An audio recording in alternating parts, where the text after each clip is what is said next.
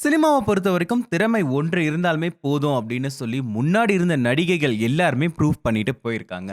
முன்னாடி இருந்த எல்லா நடிகைகளும் வந்து அவங்களுடைய திறமையால மட்டும் தான் வந்து இவ்ளோ நாள் சஸ்டெயின் பண்ணி அவங்களுடைய பேர் வந்து இன்னும் நிலைச்சு நிக்கிறபடி செஞ்சிருக்காங்க.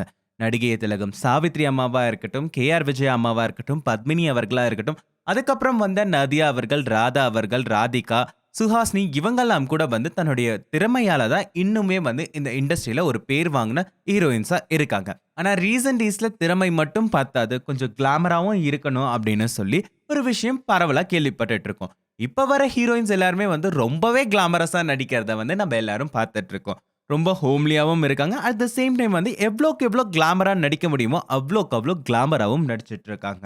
முன்னாடிலாம் ஒரு ஹீரோயின் நடிக்கிறாங்கன்னா, அவங்களுடைய நடிப்பு எவ்வளோ நாள் இருக்கும் அப்படின்னு பார்த்தீங்கன்னா, கிட்டத்தட்ட ஒரு 10 வருஷம், 15 வருஷம் இருக்கும். ஆனா, இப்ப இருக்க ஹீரோயின்ஸ் பார்த்தீங்கன்னு வச்சுக்கோங்களேன், 3 வருஷம், 4 வருஷத்திலேயே காணாம போயிடுறாங்க. அதுக்கான காரணம் என்னன்னு பார்த்தீங்கன்னா, நெறைய ஹீரோயின்ஸ் வந்துகிட்டே இருக்காங்க. ஒரு ஹீரோயின் இப்ப நடிக்க ஆரம்பிச்சாங்கன்னு வச்சுக்கோங்களேன், உடனே இன்னொரு திரைப்படத்துல வந்து ஒரு புதுமுக நாயகி வராங்க. அதுக்கப்புறமா இன்னும் நெறைய ஹீரோயின்ஸ வந்து வெளி மாநிலங்கள்லேருந்து நம்மளுடைய தமிழ் சினிமாக்கு இறக்குமதி பண்றாங்க.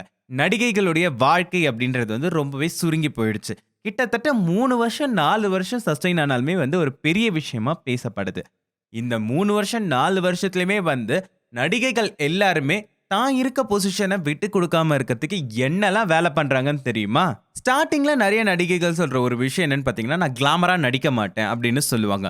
அதுக்கப்புறம் ஒரு சில படங்கள் வந்து தோல்வி அடைஞ்சு அவங்களுடைய மார்க்கெட் கொஞ்சம் டவுன் ஆச்சுன்னு வச்சுக்கோங்களேன். "ஓகே நான் கிளாமர் ரோல்ல நடிக்க ஆரம்பிக்கிறேன்" அப்படின்னு சொல்லிட்டு கிளாமரஸா நடிக்க ஆரம்பிச்சுருவாங்க. இதுக்கு அடுத்த பாயிண்ட் தான் வந்து ரொம்ப விபரீதமான பாயிண்ட். அதுதான் வந்து ஒரு நடிகை வந்து இப்ப பாப்புலர் ஆயிட்டாங்கன்னு வச்சுக்கோங்களேன். அவங்கள எப்படிடா கீழ தள்ளலாம் அப்படின்னு சொல்லி மத்த நடிகைகள்லாம் யோசிப்பாங்களாம். அப்படி யோசிச்ச நடிகைகள்லாம் என்ன பண்ணுவாங்களாம், அவங்கள பத்தி கிசுகிசு ஏதாவது வரா மாதிரி ஒரு வீடியோ ரிலீஸ் பண்றதோ, இல்லன்னா வந்து மார்ஃப் பண்ண வீடியோஸ் எல்லாம் வந்து அவங்க தான் அந்த வீடியோல இருக்காங்க அப்படின்னு சொல்லி ஆபாசமான நெறைய வீடியோக்கள வந்து ரிலீஸ் பண்றதாவும் கேள்விப்பட்டுட்டு இருக்கோம். இது பரவாயில்லைங்க. இன்னும் சில நடிகைகள்லாம் என்ன பண்றாங்கன்னா வந்து, வீட்லயே பார்ட்டி குடுக்க ஆரம்பிச்சுடுறாங்களாம்.